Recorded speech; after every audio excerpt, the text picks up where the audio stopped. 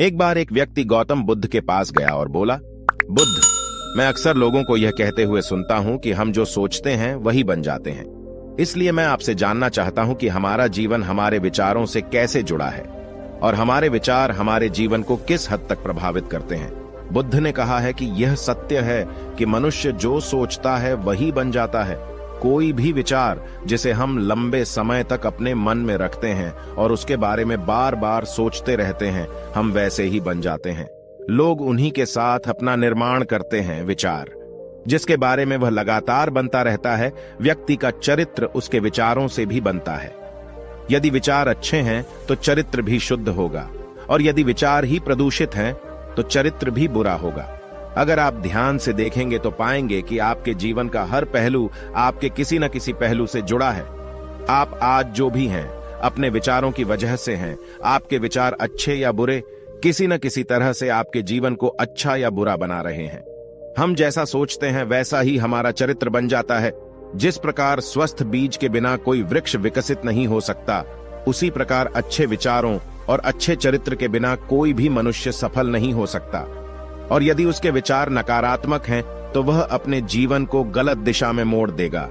उसी प्रकार हमारे जीवन में अपने विचारों और कर्मों के माध्यम से कई बीज बोएं, और उस बीज का फल या तो हमें दुख दे सकता है या खुशी। यदि हमने सकारात्मक विचारों के बीज बोए तो हमें सफलता और खुशी मिलेगी, लेकिन यदि बोए गए बीज नकारात्मक विचारों के हैं तो सफलता और दुख साथ साथ चलेंगे। जिन लोगों को आप सफल और महान मानते हैं, वे यहां ऐसे ही नहीं पहुंच गए। उन्होंने अपने विचारों पर नियंत्रण रखकर अपना चरित्र ऐसा बनाया कि और इसी चरित्र के बल पर उन्होंने महानता की ऊंचाइयों को छुआ। तो मूल रूप से आपके अंदर जो विचार हैं, यदि आपके मन में दूसरों के प्रति क्रोध, ईर्ष्या, घृणा है, तो आप बाहर भी वैसे ही होंगे, तो आपको बाहर भी वही मिलेगा। तुम्हें ऐसे लोग मिलेंगे जो तुम्हारे साथ वैसा ही करेंगे।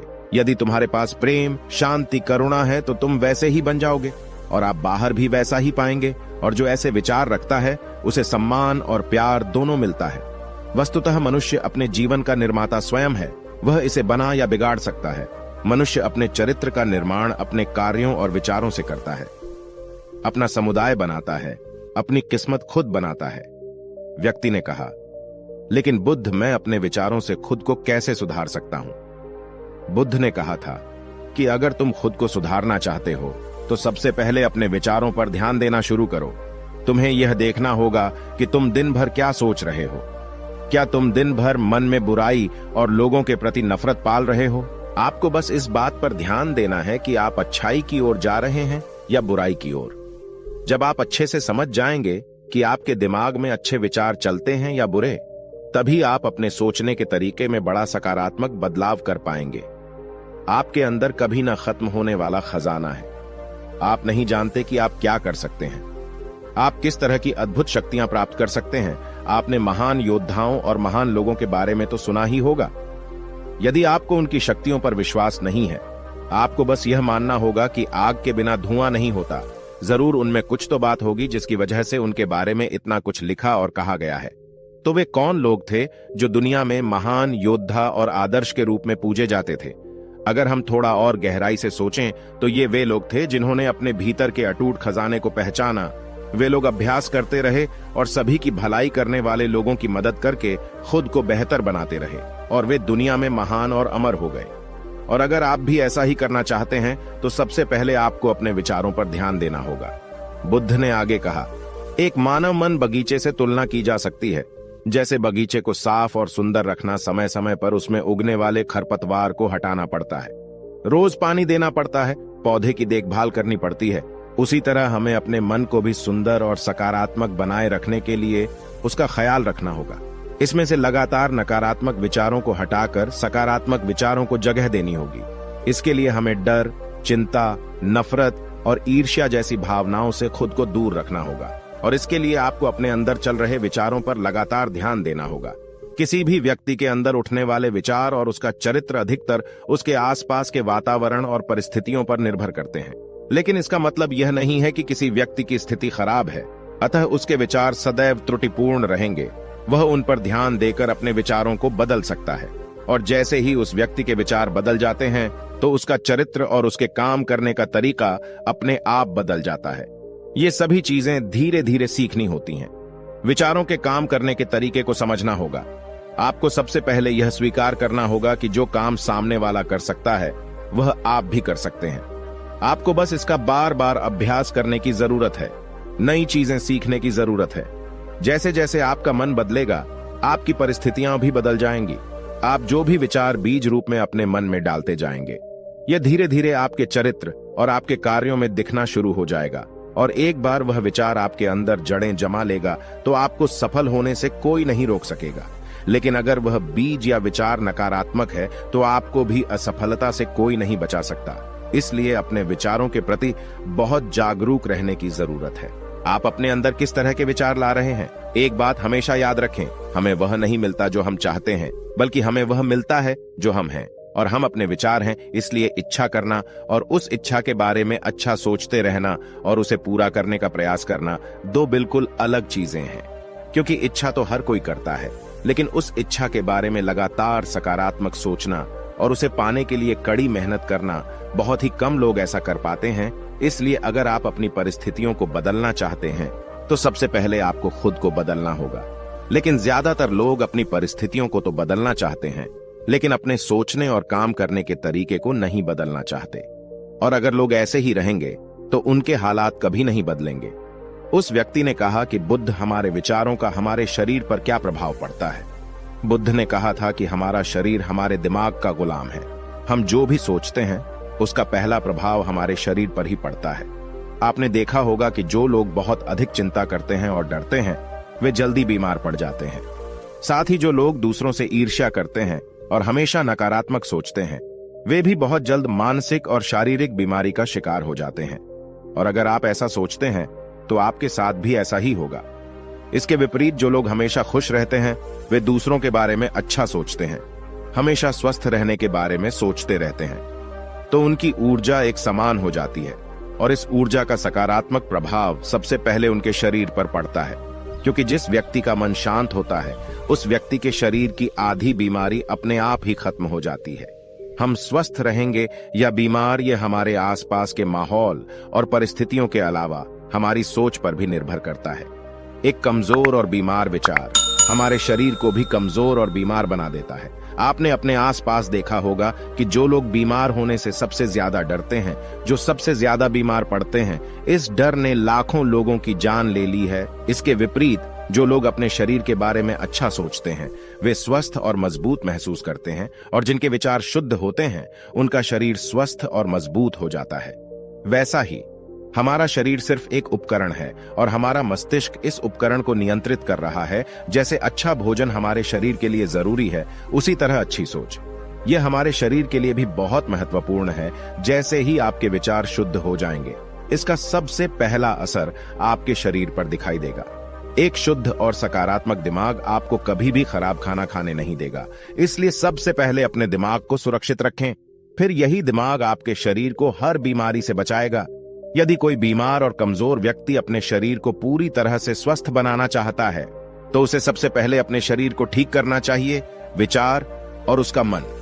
उसे प्रकृति के संपर्क में रहना चाहिए, उसे सूरज की रोशनी में रहना चाहिए और एक सेकंड के लिए भी अपने शरीर के बारे में नकारात्मक नहीं सोचना चाहिए। वह जैसा स्वास्थ्य चाहता है वैसा ही उसे महसूस करना चाहिए और पूरा विश्वास है कि वह वैसा बन सकता है। उस व्यक्ति ने कहा, बुद्ध, अब आप मुझे बताएं कि हमारे विचार हमारे लक्ष्य को कैसे प्रभावित करते हैं। बुद्ध ने बताया कि जब तक आपका लक्ष्य आपके विचारों के अनुरूप नहीं होगा तब तक आपको सफलता नहीं मिल सकती है।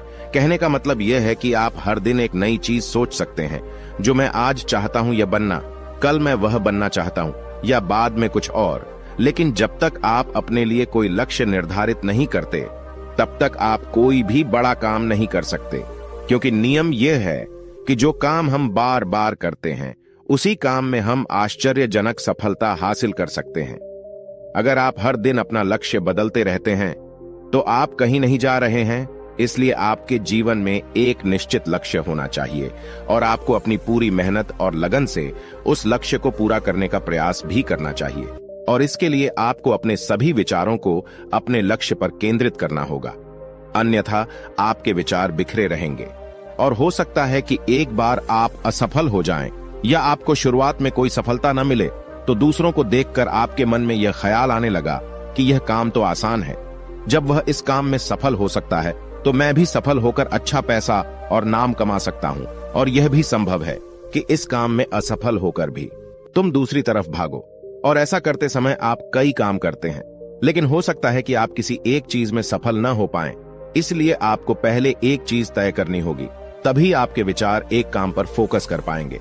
अब आपका वह लक्ष्य कुछ भी हो सकता है, चाहे मन की शांति पाना हो या अमीर बनना हो, लेकिन याद रखें लक्ष्य वही है जो आपके विचारों को एक दिशा में केंद्रित रख सके।